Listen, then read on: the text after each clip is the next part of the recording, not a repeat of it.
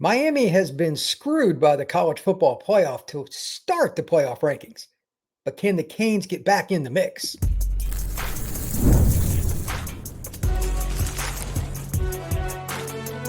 You are Locked On College Crossover, part of the Locked On Podcast Network. Your team every day. This crossover edition of Locked On the Portal and Locked On Canes. I'm your host, Brian Smith, longtime college football recruiting analyst. Thank you for making Locked On the Portal and Locked On Canes a part of your day each and every day right here on the Locked On Podcast Network. Today's show is brought to you by FanDuel, where right now you can get $300 in bonus bets if you win your first $5 bet. Go check it out at FanDuel.com. We're going to be talking about how Miami built their roster in part with the portal, part with recruiting. We're going to get to that later in the show. It's actually a pretty darn good roster, and it's one of the reasons I don't understand the 18th place in the rankings. Speaking of the rankings themselves, why was Miami placed so low? We're going to talk about their schedule, who they beat, who they didn't. That's going to be a big part of it. And I'm going to start off with concern about Carson Beck. He went from top of the board in the Heisman race to really struggling. What happened? How much does that impact the college football playoff rankings? All of that and more right now, and we're going to do it with our guy, Mr. Alex Donno, Locked On Canes. Nobody knows more about the Hurricanes than you, Alex. And let's start right there. Carson Beck, like you and I talked about when I went on your show, I don't know, a month or so ago.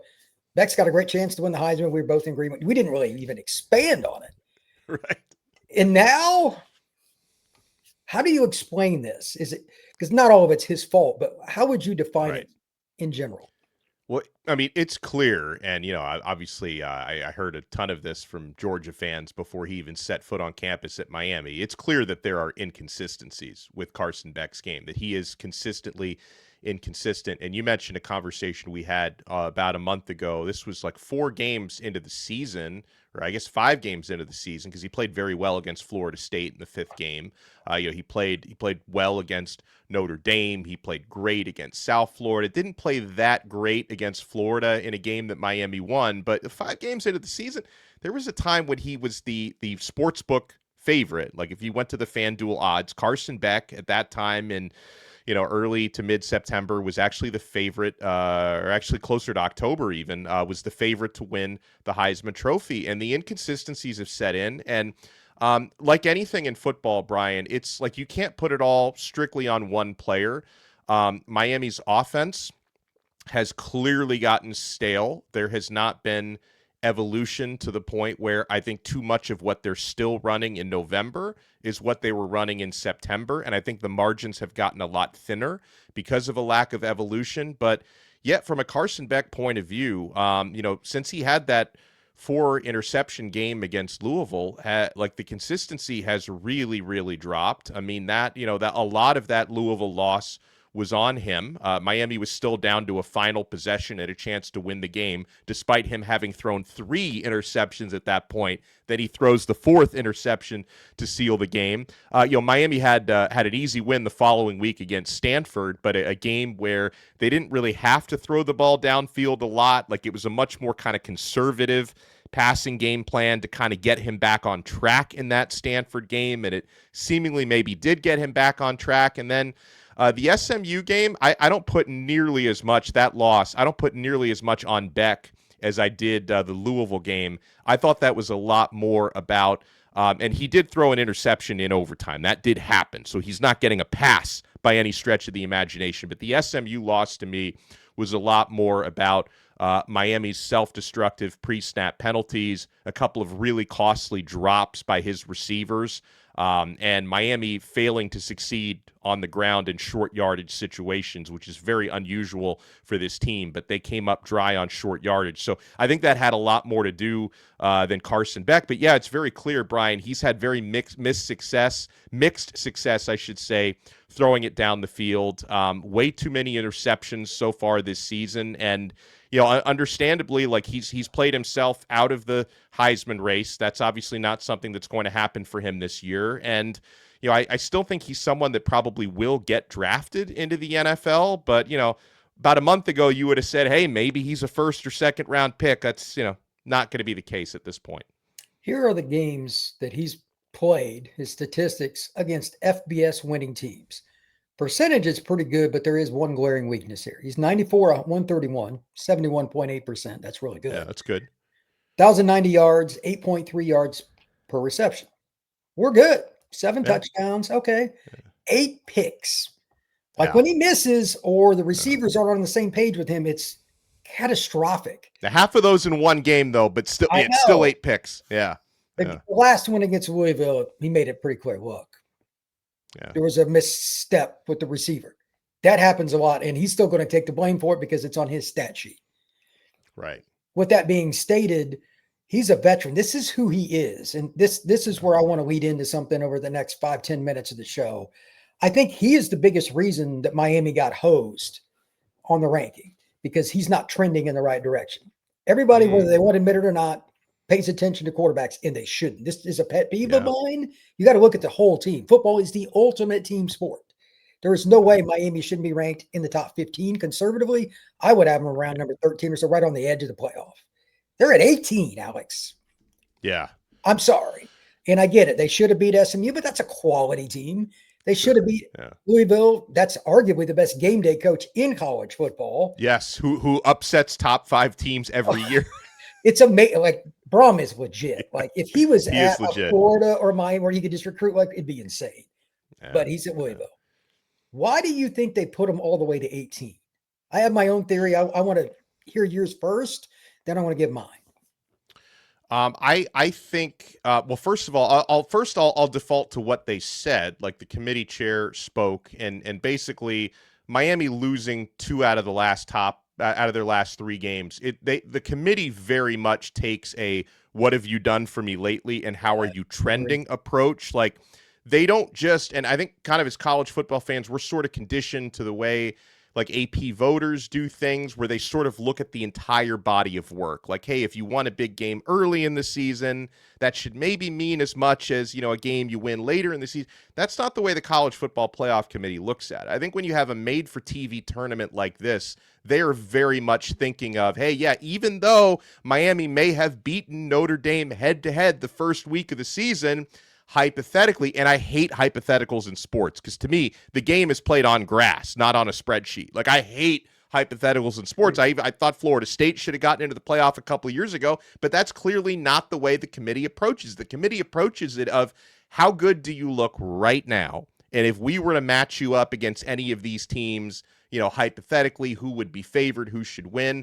And so I just think, and you bring up Carson Beck trending in the wrong direction as part of it, because they do look at quarterbacks. It's very clear that when, Jordan Travis broke his leg 2 years ago, they couldn't put, in their minds, they couldn't put Florida State in for that reason. Carson Beck is playing bad ball. And yet Miami has not been good for the past 3 weeks or the past month of the season. So I think the committee looks at that where they even take it to really trump the head-to-head.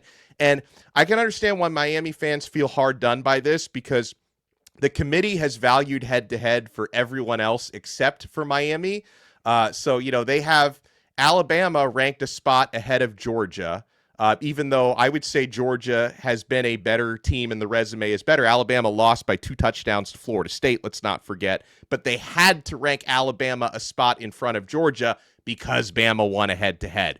Right? I would argue Oklahoma at number 12 is a better football team, has a better resume than number 11 Texas, but they rank Texas a spot ahead of Oklahoma because of the head-to-head. But in the case of Miami and Notre Dame, the teams have identical records and actually very similar strength of schedule metrics overall. But they said, you know what, Notre Dame is way better right now, so we're going to rank them not just in front of Miami, which I guess I could understand it if they were a couple spots ahead, but 8 spots in front of Miami, which seems to be some hypocrisy based on the other ways they rank teams. I agree. I'm going to give my take on that because I agree with Alex, but I'm going to add something to it. That is next here on this crossover of Locked On Canes and Locked On the Portal. Today's show is brought to you by the NBA and FanDuel because there's no better place to get in on the action than FanDuel, the official sports betting partner of the NBA. Even if you missed the start of an NBA game or want to ride the hot hand, FanDuel has live bets on everything from who will score next to fourth quarter comebacks. Plus, you can even combine your live bets into a same-game parlay for a shot at a bigger payout. It keeps every game exciting, especially when your team's making that late push. Right now, FanDuel is giving new customers $300 in bonus bets when your first $5 bet wins. So head to FanDuel.com to sign up and play your game with FanDuel, the official sports betting partner of the NBA. All right, Alex, thank you once again for joining me today for this fascinating discussion and my ability to yell at the College Football Playoff Committee, which is one of my favorite pastimes. Same. And I have a feeling that many fans, not just Miami fans, feel that way. I agree with you about the trending thing. That's one of the things on my notes. It's the top. What you do in the back 6 games is valued far higher than the first 6. Last year it was that way. Yeah. And it's the same because Notre Dame lost the terrible game in Northern Illinois last year. That means only one loss they had, but they won the rest of their games after that. They got, what was it? They were 6 seed or something like that, 7 seed, whatever. But that's totally the same pattern we're seeing here. Miami loses at the end. And by the way, they are 4-11 in their last 15 games under Cristobal in November. Not helpful. But let me correct you with semantics. All right. 4-9 in November, but 4-11 after October, because if you include bowl losses. I just want to not that makes that much of a difference, but it is what it is. They just, I don't understand it because Miami plays physical football and we both know their roster is legit. But anyway, I digress. I think TV, you hit it on the head. They want matchups. They're never going to admit to this in a million years. They want matchups that everybody will watch. Fans, especially women, they're going to watch passing a lot more than running football. It's that more exciting football. I think that's one of the reasons that once BYU loses, which they will this weekend, they're going to plummet. That's not a very exciting team. But looking at the numbers and everything here, Miami, they played a pretty decent schedule. They haven't shied away from any. They beat the bejesus out of Florida. They were competitive against everybody they played against. They haven't got crushed by anybody. Yeah, that's right. But they're all the way down to 18.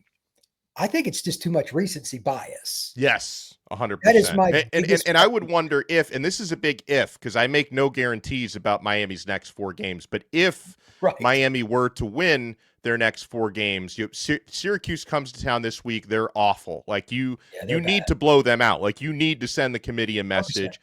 NC State the following week could be a tricky game, but Miami's at home and they do have more talent. NC State's been a Jekyll and Hyde team. They're capable of beating Georgia Tech apparently, but they're also capable of losing to anybody. Miami plays a not very good Virginia Tech team, but they are still fighting on the road the following week. And then Pittsburgh is ranked right now. They're top 25, 24th in the CFP. That's going to be a big opportunity and a difficult game for Miami on the road. So I'm wondering if Miami can change that recency bias and make it work in their favor if they do win those final 4 games.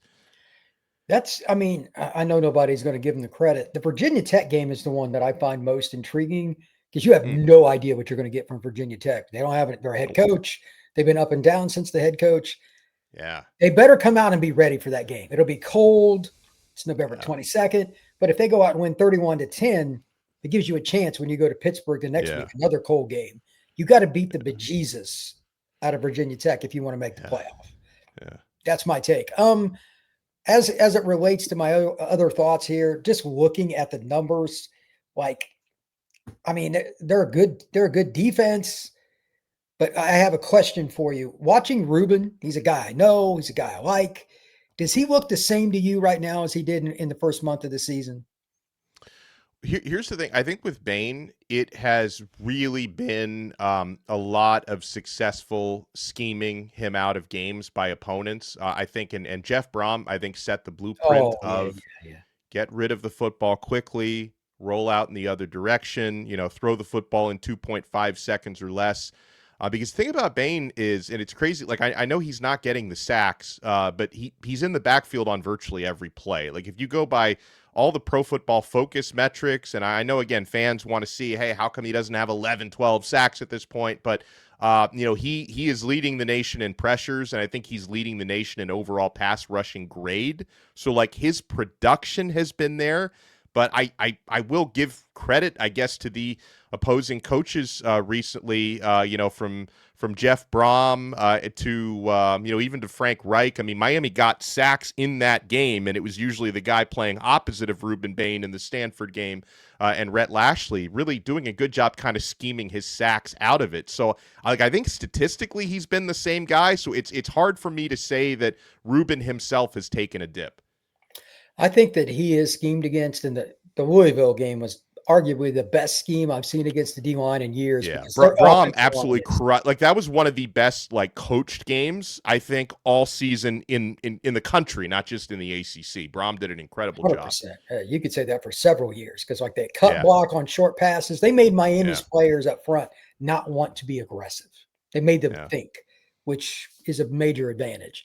To that end, what do you think they have to do, especially this week against Syracuse, to kind of get back on track offensively? Let's switch it. I'm going to see if you say what I'm thinking in my head right now. What do they have to change on offense to get rolling? Well, I mean, first things first, I would expect this to be the type of game going up against really a Syracuse defense that's bad in every way, shape, or form. There should be running lanes this week. Now, this is going to have to probably happen without Mark Fletcher because Fletcher is likely to miss this game with injury. So there's going to be a bigger workload for Marty Brown, who probably needs to get his yards per carry up a little bit, and for Jordan Lyle, who's been kind of reintegrated the last couple of weeks coming off an injury. Lyle is their most explosive guy, so an opportunity to find some running lanes on the outside is maybe something that he can provide. And I really, to me, attacking downfield is really, really important, and hopefully he can run to set up the play action game. Miami will be definitely without CJ Daniels, one of their top receivers in this game.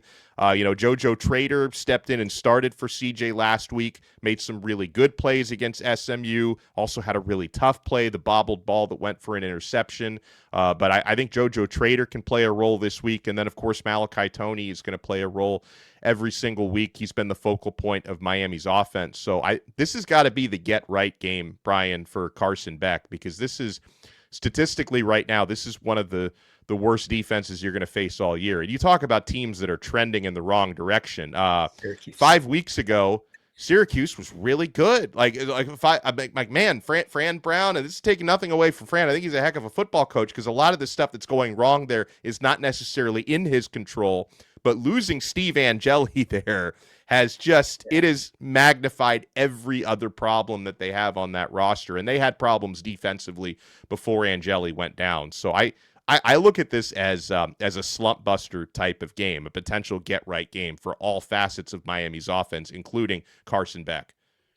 I think it's got 38-7. Basically, it'll be the repeat of the Stanford game is kind of what I think. But here's my question. Yeah. When is the next running play for Miami going to happen that's not inside duo? 2028. Your guess is as good as mine. I think, but again, if you want to mix in some outside stuff, I think this is a week to do it because, again, Syracuse has been so bad against all forms of a rushing attack, especially when you don't he'll be questionable. Mark Fletcher, if he's not available, who, of course, is a bull in a china shop when he's running inside, if you're relying more on a guy like Jordan Lyle, maybe this is the week. If not this week, maybe sometime before 2028. I've never seen a team run one play. Yeah. Never. And maybe I'm missing a few here and there, and it's a little bit, but honestly, I don't think so. They don't even run GT. Everybody runs GT. Yeah, that's right. I don't understand it. It's so wild because that offensive line is massive. It's talented. It's got players that play together. They should be doing better. They've slowly went down, especially in those short yardage spots. Look at the SMU game. They knew what was coming, so they just shot gaps. Yeah. You got to have a little bit of creativity. I saw your post on X, and it was spot on. We need to see some change here. You were 100% correct. And if they do that, they should win their remaining 4 games. If they stay this current course and don't make any changes, I don't know which one it'll be. Miami's going to lose that game. That's my and you were asking me off air, and I'll take the opportunity to answer on air. I'm not saying my explanation is the right one, but you were asking me why does this team fade in November? Like, how are they, so good early in the season and then the margins thin so much? I think first things first, Brian, I would say the offensive approach and just the lack of variety. When you're running these same plays in September, and teams don't have a lot of film on you, then you're automatically going to find more success. But I think when you don't evolve and vary enough, by the time Halloween rolls around, everybody knows your tendencies and everybody can scheme against them. And I think Miami's approach is too often playing to your personnel to the point where, there's no question, Miami's got a more physical team than anyone in the ACC, more physical than most in the country, big offensive line, powerful defensive line. We're just going to lean on these guys and play bully ball. And that works great in September, but it doesn't work the same way when your tendencies and your film is out there in November. So that's one thing. And I feel strongly about that being one of the reasons why the November success does not equal the September success. Another thing, and it's just a theory because, practices are closed after training camp. Like, nobody outside of, former players and VIPs are watching practices during the season. But I wonder if this team, if they practice so hard that you get physically taxed by the time you get to the late season, that maybe you're practicing hard, but you're not practicing smart. And I might be wrong about that because, again, I'm not watching these practices, just so everybody knows. This is just a theory. But I wonder if, like, physically you're worn out at this point of the season because you're not tapering off enough. It's a question I have.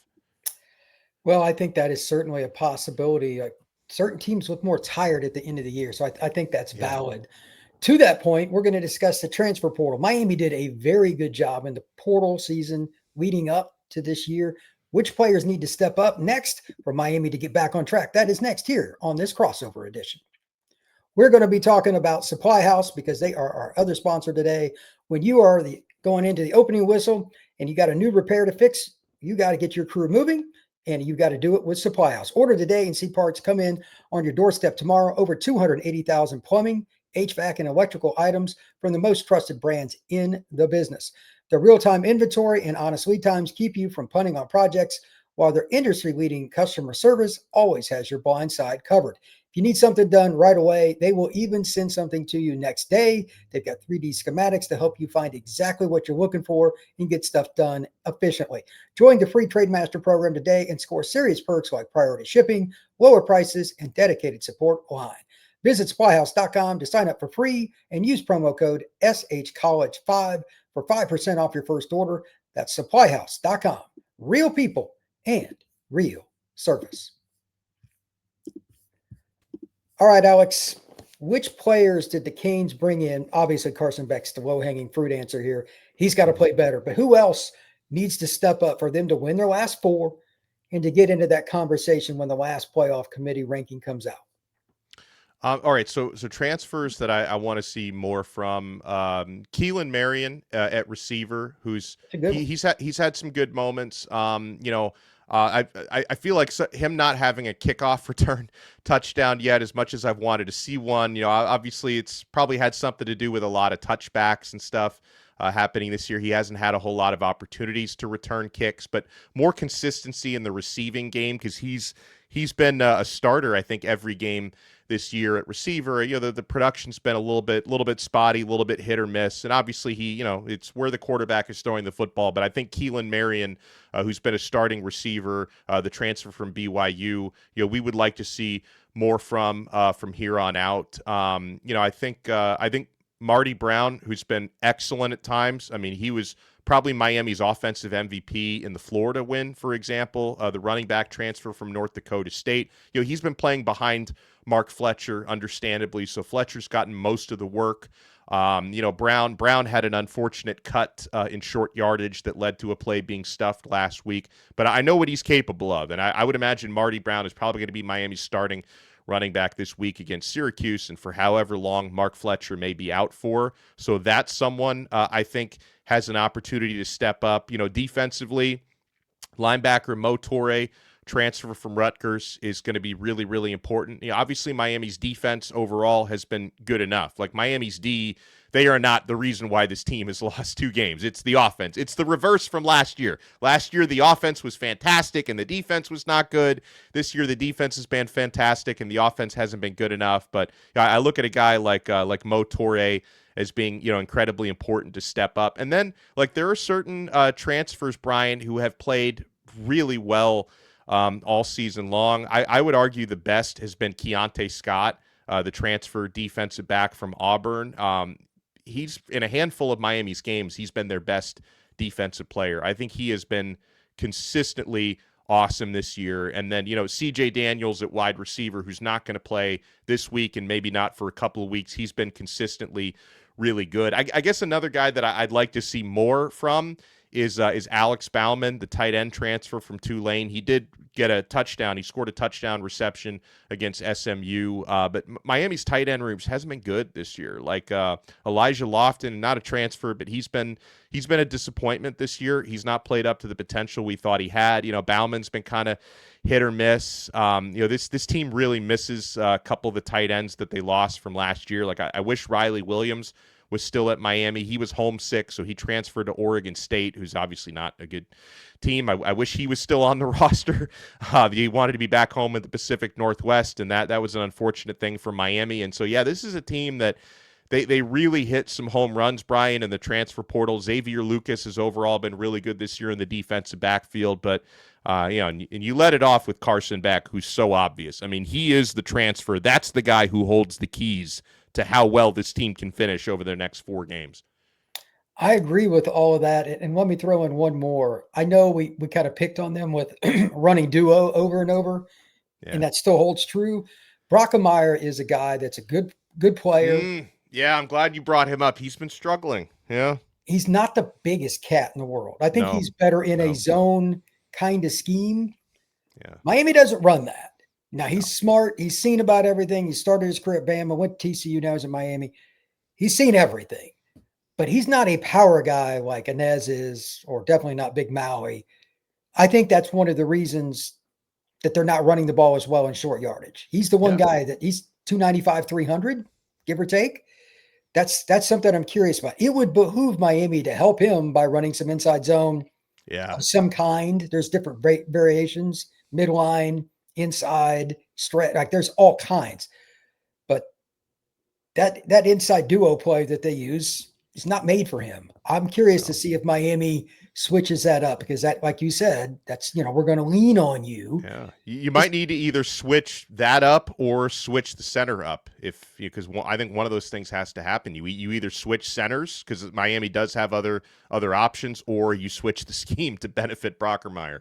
Yeah, he's a good player, but I just don't think it's going to behoove him to play that style. No. Last point here, Miami's 18th.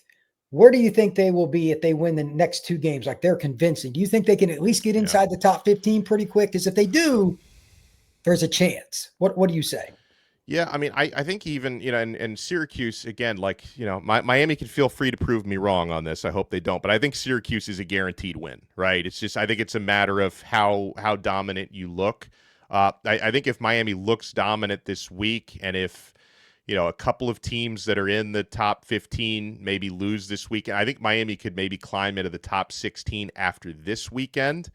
And then, maybe if you beat NC State the following week, maybe you can get into the top. So I think getting into the top 15, if you win your next 2 games, is very doable, right? So I guess my concern would be over the course of the next month, are enough teams in front of you going to cannibalize each other where even if you win out, you can get into the top 12? Because we also have to remember there are 5 automatic bids that go to conference champions. So you're talking about 7 at-large spots, and the committee is obviously going to favor SEC teams at-large spots before they do any favors to the ACC. Probably the same said for the Big Ten. So, realistically, out of 7 at-large spots, you're probably fighting for maybe 1 of 2 potential final spots. So the margin for error is 0. If Miami does win out, I think they're going to be in a similar situation, Brian, to where they were a year ago, where you're kind of praying for a miracle with the final, committee decision, and Miami was, about 2 spots outside of it last year. So but I think to answer your question, I think win the next 2 games, and I think you could climb into the top 15. I think that's a plausible final scenario there. We'll leave it there. Alex, I appreciate you coming in and chatting it up with me. Tell everybody where they can find your work. Well, you do an awesome job. Thank you so much. And yeah, you can find my work on Locked On Canes, talking Miami football and hoops now. Congrats to Jay Lucas on his first win. We talk Miami sports on Locked On Canes every single day. And I also talk ACC sports with Kenton Gibbs on Locked On ACC every single day, available free wherever you get your podcasts. Appreciate it. You can find the Portal Podcast on YouTube, Spotify, Apple, you name it. You can find it there just like you can on Alex with Locked On Canes. This has been a crossover, Locked On Canes and Locked On the Portal.